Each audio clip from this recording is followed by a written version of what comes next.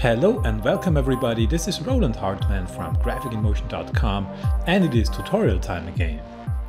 In this tutorial we're going to create this scene here. You see we have this particle globe here and all these lines moving around it and all the particles here floating around, creating a really complex and nice looking HUD effect. And we're going to use After Effects and the Stardust plugin.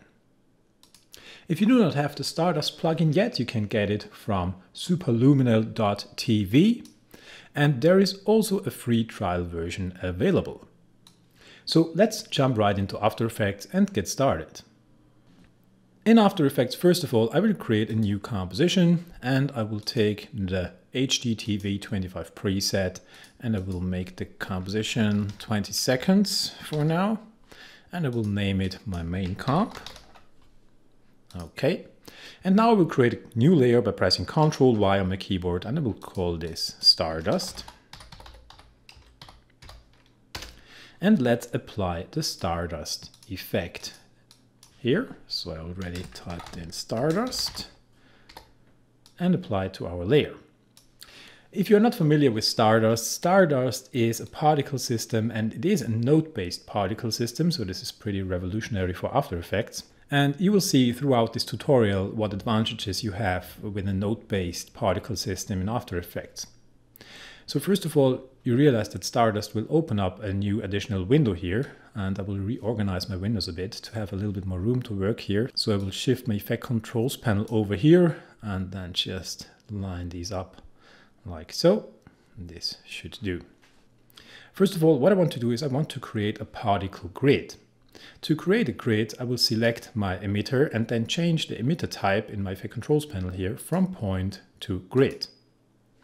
Now it will emit particles from a grid, but I do not want my particles to fly around. I want them to create a static grid. So I will change the speed here from 100 to 0. And now I want to change the size of my particle grid. So I will change the size in X to 1000, size in Y to 500 and size in C to 1000 as well. And to make this a little bit more obvious what we have here, I will add a camera. So let's create a new layer and let's add a new camera, make it a 20mm preset camera, and then let's add another layer. And now I want to create a new null object and I will just use this to control the angle of my camera. So let's make this a 3D layer. Let's link my camera to this null, call this cam control. And let's also colorize these two just to make these a little bit more obvious that these are connected. Now, when I reveal the rotation properties in my cam control, I can now rotate through my grid here. And you see what we have got. I also want to change the particle amounts of my grid. So I go back to my emitter here. And then I will apply, under the grid properties, I want to apply 10 particles in X, 5 particles in Y, and 10 particles in C. We can change these later on if we need. But for now, this is exactly what I want. Now we want to turn these simple particle dots here into a nice looking grid setup. To do this, we have to use one of the effects. You can access all the effects in Stardust right here. You see you have all these symbols here, and each of these symbols will add a new node to our system.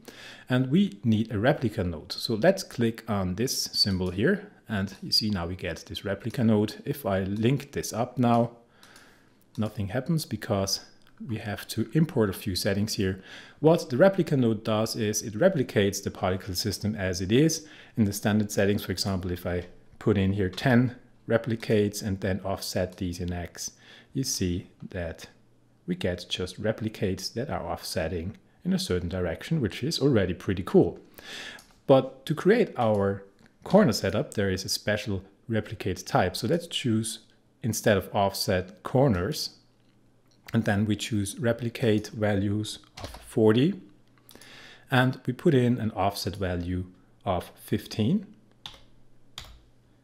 And now you see what's happening. Now we have a really crazy looking setup, and this is because I have to turn down my particle size. So let's choose our particle node, and then let's open up the particle properties and change the size here from 3 to a very small amount like 0.3, something like that, because I actually want to have really fine grid lines. And now if I zoom in here a bit, you see that it's not really a line, and this is because we have not enough density. So let's go to our replica setting and let's increase the density to a value of about 800. And now you see we have this really nice looking grid system. But for my purpose, this grid system is still a little bit too complex. There are too many corners in here. And I have a setting down here which is called corners properties. And here I can define a max number of corners. So if I turn this down to 2, you see that now our grid is not that complex anymore. There are not that many corners. If you want to have something more complicated, you can of course come in here and always add to this. You will see that the more corners you add in, the more complex the grid system gets. But for me, a value of 2 is fine. Okay, so far so good. Now we have a really cool looking grid, and we can also colorize this very easy. So let's do that quickly. I just select my particles, and instead of this solid color, I will apply a random color from gradient, and then I can open up color gradient and choose one of the many presets that come with Stardust. And just for now, I will select this preset. That's pretty cool, and then apply it. And you see now our grid is a little bit colorized. Okay, so far so good. What I have to do now is see that after 2 seconds now my particle grid disappears, and this is because the particle life is set to 2 seconds, and I want to increase this to 20 seconds that they stay visible for the duration of our composition. And one more thing I want to change in my emitter settings. I do not want to emit default. This would emit 100 particles per second. I want to emit once. So change this from emitting default to emitting once. Now it will emit one time, and then the particles will be visible throughout the whole composition. Now it's time to add a few more particles to my system. To add new particles, I simply click on this symbol here, which says particles, and now I get a new particle node. Now let's link this node to our emitter, and let's select this particle system and also change the lifespan to 20 seconds, and then you see we have another set of particles, and this set of particles is now aligned with our emitter grid. I will quickly rename these nodes because otherwise it will get a little bit confusing. So let's rename this. We can leave the emitter as emitter. I will call the first particle node corner particles, not grid, corner particles.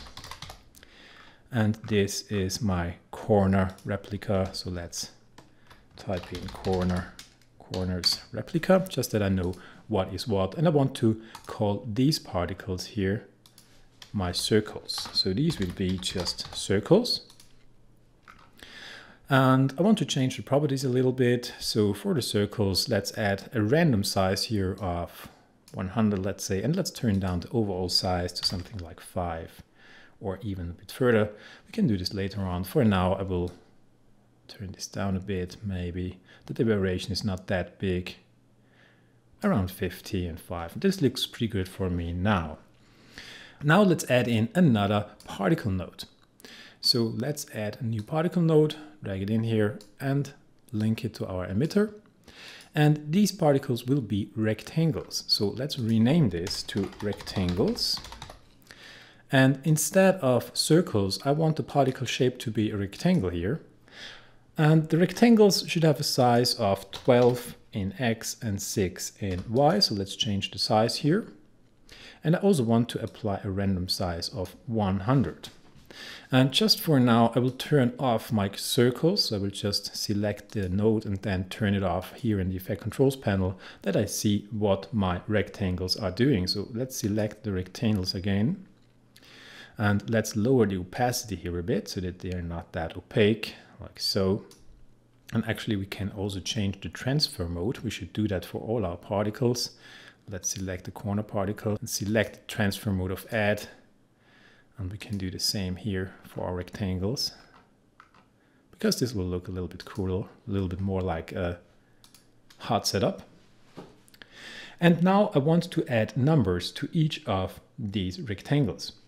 To do that, I will simply duplicate my rectangle node. And to duplicate a node, I can come in here to the Effect Controls panel, press Ctrl and D on my keyboard, of course with the node selected, and then you see it will create a replicate or a duplicate.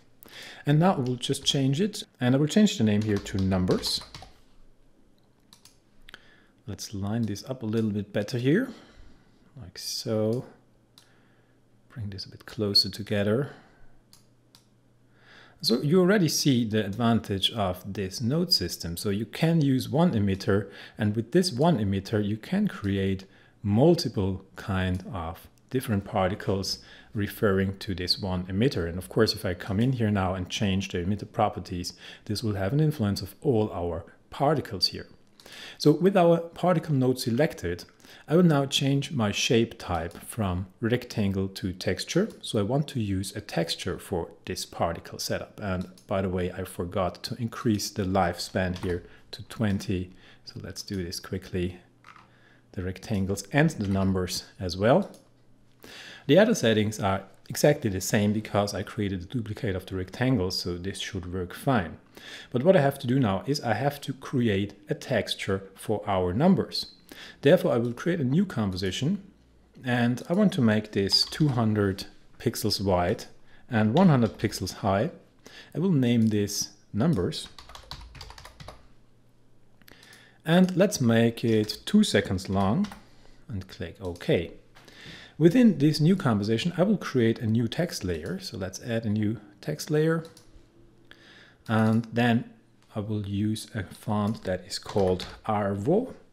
Don't know if you have it not installed, maybe you can find it, or you can of course use any font that you like. Make it a little bit smaller. And as a text, I will use an expression to create random numbers throughout the whole composition. So I will open up my layer here, and I will open up my text source, hold down Alt and click the stopwatch. And let's type in an expression that's called random, parentheses. We want random numbers between 10 and 99. And we want these to be fixed, so 2 fixed. And parentheses again. 2.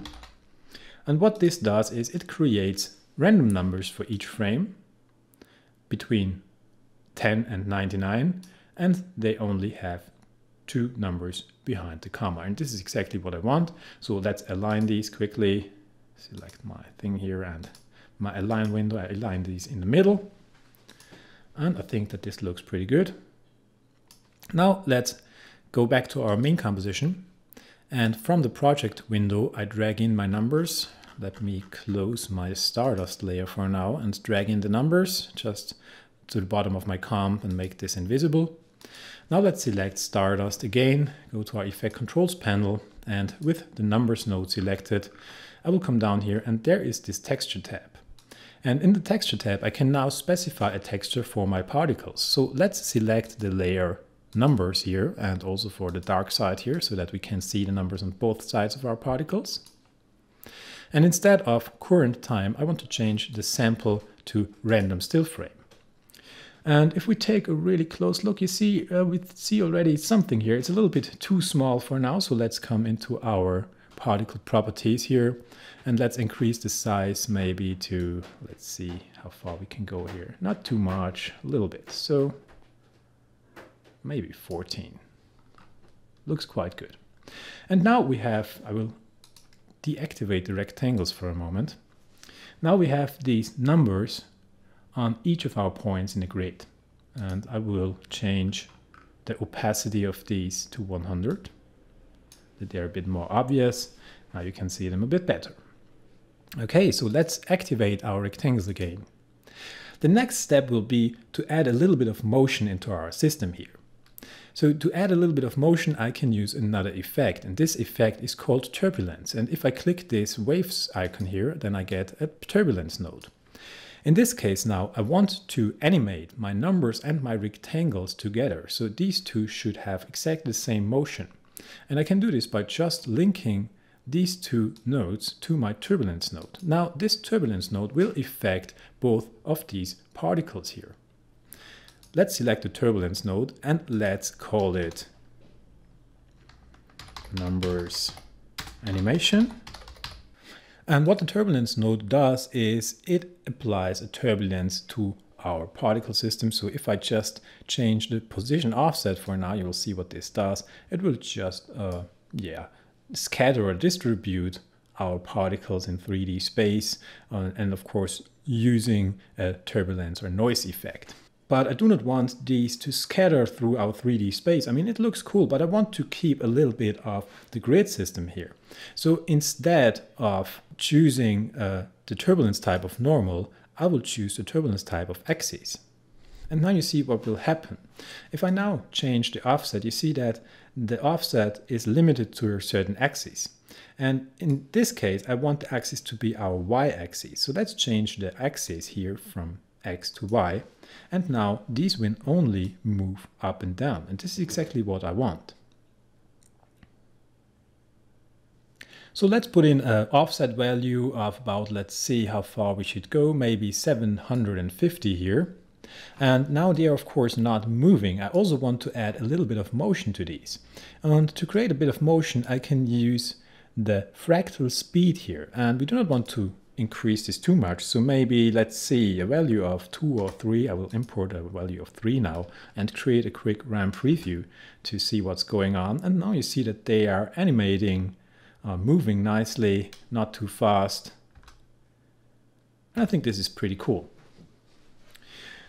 Okay, perfect. Now let's select our circles and let's activate them again. And I also want to animate these. And when I look at this now, I see that they are way too big. So let's turn the size down to something like 3, maybe 4, like so. And then I will just reduce the opacity a bit. And I will set the transfer mode to add. Actually, let's see. Yeah, the others are set to add. Perfect. Okay, so back to our circles. I also want to animate the circles, and to animate the circles, I will again use a turbulence node. I can simply select this turbulence node and create a duplicate. So select it, Ctrl D to create a duplicate and name it, not numbers, but circles animation. And now we just drag this over here and link it up to our circles particle system. And now we will change the axis type from Y to X, and then our spheres will move along the X-axis. And you see that we created a really complex motion here with only 2 nodes and within a few seconds. Okay, now our basic grid system is finished, and I want to make this a little bit more interesting by applying a few color maps. And we can apply color maps by using an effect called fields. You can find the fields effect here, this symbol here, these 3 circles. So let's click it and apply a new field effect. First of all, I want to apply a field effect to all my moving particles. So I will simply link this up with my circle animation right here and with my numbers animation right here. So this will affect everything that is linked here, all these particles now. With the field now, I will rename this and color 01, because this will be, or let's say color map 01, is maybe a bit more information, because this will be a color map. And to use the field as a color map, I can change the field type from sphere to map. So let's select maps here on the bottom. And you see that nothing is happening right now. But if I come down here now, and then I have to change my map to color, from graph to color. And now I want to apply one of the presets. So let's select the presets here. And for this, I choose this preset. You see, we can scroll down here. There are many really cool presets included. Let's choose color preset number 16. I have to move this a bit and apply it. And now I want to change the effect. So it should not affect the opacity, it should affect the color of our particles. And now you see that it already affects the color of our particles, but I do not want it to be projected on the x-axis. Actually, I want it to be projected on the y-axis. So I will choose this from apply to y, and I will choose also project to y. and this should work, and you see that it does. What I want to do now is I want to modify this preset a bit because I do not want these dark particles in here. So I will just grab this and drag it out. And now I will just even out the distance between these four colors. And you see what I've got now. In the bottom or on the bottom here, my particles are white, and then they are yellow, like this turquoise color, and then they are red. And this is exactly what I want, and you see that this adds a lot to the look of our grid system. Okay, so now it's time to add our Earth. To add the Earth, we will use a preset. Stardust comes with a lot of presets. To enter the presets, you just open up this first tab here, the Stardust tab, and then click on Browse Presets on one of these icons. And here I want to open up the HUD folder, and you see that we have really cool presets here that you can use as starting points for your projects. And in my case, I want to use this Earth here. So let's add this to our scene. You could choose to replace, but don't do that because then it will replace everything that we created so far. So just choose to add this element to our scene. And then Stardust will add this Earth globe here. And you will see that inside our node tree, we have a new node tree added here. So I will just replace this a little bit better. And you can also take a look at these structures, how these are built. So this can be also a very good resource for learning Stardust. What I want to do now is I want to change this a little bit so that it blends in a little bit better in our setup here. So the first step with our Earth is to change the color so that it blends in a little bit better into our scene. And to do that, I want to add a new field node. If we take a look here, we have one field node already applied. And if we select this and then come to my Effect Controls panel and deactivate it, you see what it is. And it is actually also a map. And it is a map that is featuring the information of the image that got applied to our scene. If I move up here, you see that we have a PNG here, and this is actually the map that is controlling the birth of our particles. But what I want to add now is another field that will control the coloring of our particles. So let's select our three nodes here, drag them down a little bit, and I will just disconnect them for now by clicking on the connection here. And now I want to add a new field node, put it in here. Maybe I should rename this also to know what this is. So this is the particle map. And the next field node will be the color map. I could also add Earth here that we know what we're working on, the Earth color map. So let's link these up again, that our chain is closed again. And with our Earth color node selected, I will just change the field type here to map. And then I will use color. I will affect the color. And I will choose a preset, and I will use the same preset that I used for our grid. So this is preset number, which number is it? 14, and apply it. And now I could choose which axis I want to project this to. So maybe we use the Z-axis for now. Let's take a look how this looks like. Yeah, I think this looks pretty good. So let's choose this one. And I also think that my Earth is a little bit too big. And you see that we have these two transform nodes here. And what they are doing is they're actually rotating our globe. So if I create a quick RAM preview, and I will set this to half now because it renders faster. Let's create a quick RAM preview. You see that the Earth is building up and it is rotating slightly, which is pretty cool. And I can also use these transform nodes to change the size. So let's just select the last transform node here. Let's take a look what this does. And actually it doesn't do too much. It just changes the rotation a bit, I think. And I could now scale it down by simply adding a value of 75 here, 75 here, and 75 on C.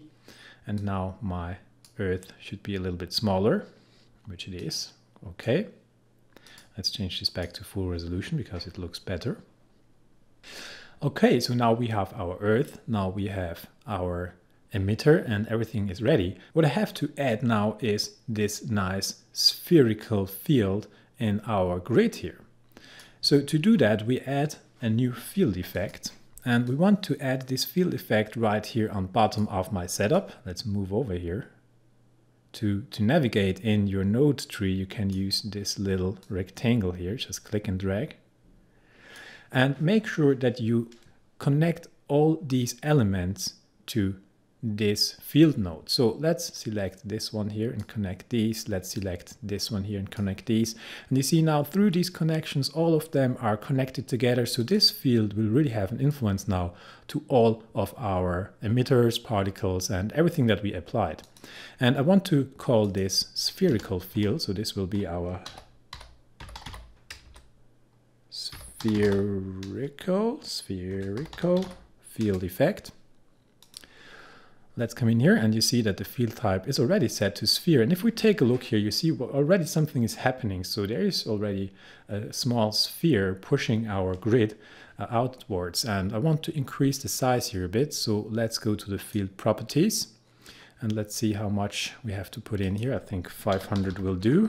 500, 500, and 500. Pretty good. And actually this looks really nice. So for now, let's make this a little bit smaller and let's take a look what we have got here. We could add now a bit of a camera animation to make this a little bit more interesting. So let's move to our camera. Let's close up our Stardust layer. So let's search a nice camera angle. Therefore, I go to my rotation properties and my cam control null, and let's see what we can do here. Maybe something like that.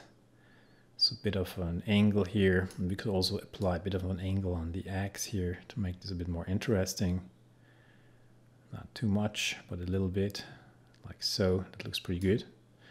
So I have values of 5 and minus, let's say, 35 right here. Now I could zoom in or move in with my camera a bit. So let's see what we can do here. Like so, it looks pretty good. And we could, of course, now also add a bit of depth of field. So let's press AA here to reveal the camera properties. Let's turn on the depth of field setting. And now we can see that already Stardust is already reacting. I want to make sure that my focus distance is set right. So I want to set the focus distance right here to the edge of my sphere or to my Earth here. So let's bring the focus distance in a bit, like so. Okay. Maybe increase the aperture a little bit to make this a little bit more intense. So let's see what this looks like. I think this looks pretty good. What I do not like is that my grid is really very visible. So I do not want it to be that visible. What I can do here is I can come to my Stardust setup and select my corners and maybe reduce the opacity here a bit. Let's see.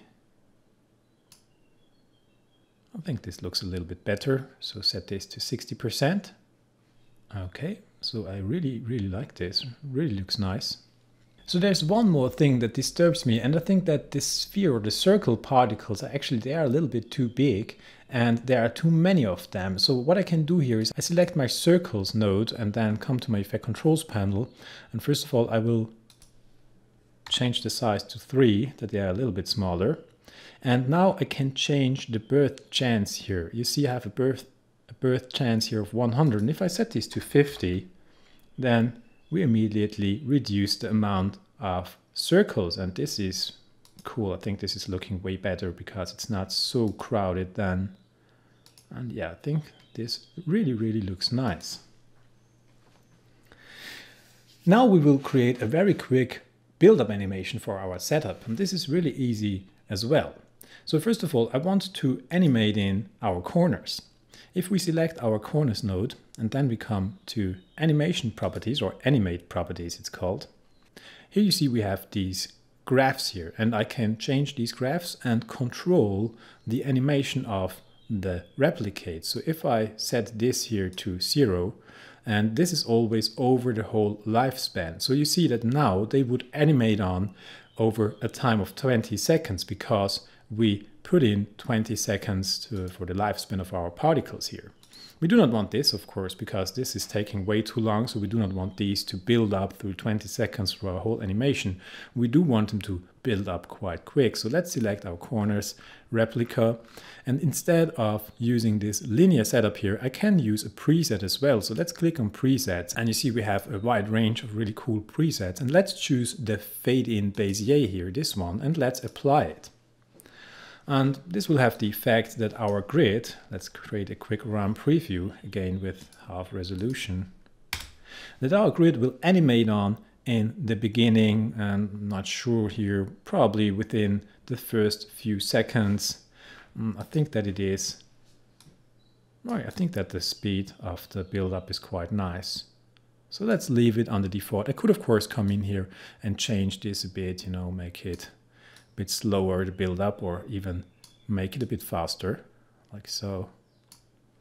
I think this is okay. And now I have a nice build-up animation for my grid. I also want to add a build-up animation for all the particles that are flowing around here in the air. So to do that, I have to add another effector. And actually I want to use another field. So let's take our spherical field here, move it down a bit, and let's add in a new field effect, or field node. And let's put this in, we could put it in before the color map, we can also put it in afterwards, doesn't really matter. So let's just clear this connection and reconnect these again here. So I just put it behind or beneath my color map, but before my spherical field here. And I can call this field here build up. And I can actually, if you are familiar with Cinema 4D, you have MoGraph, and MoGraph has these effectors that you can use to manipulate the clones.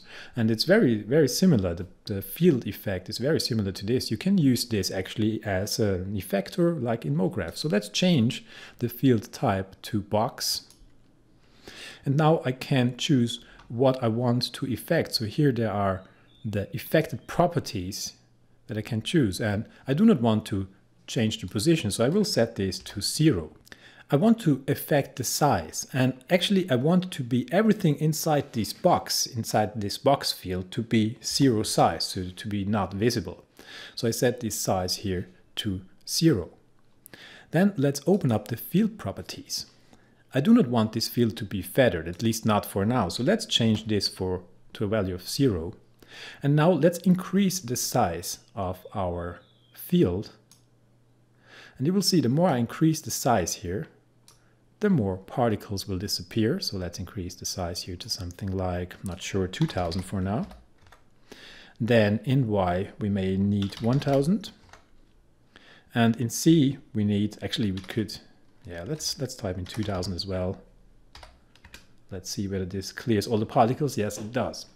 So now all our particles are within our box, and that's why they are not visible, because they have a size of 0 now. But what I can do now is I can animate the position of my box to create a build-up effect. So let's do that. Let's choose our frame number 0. Let's create a position keyframe for our origin here. And let's move forward maybe for 3 seconds. Let's say that the build-up should last about 3 seconds. And now we just move our effector here on the x-axis. So let's see how far we have to move it until our particles start to appear.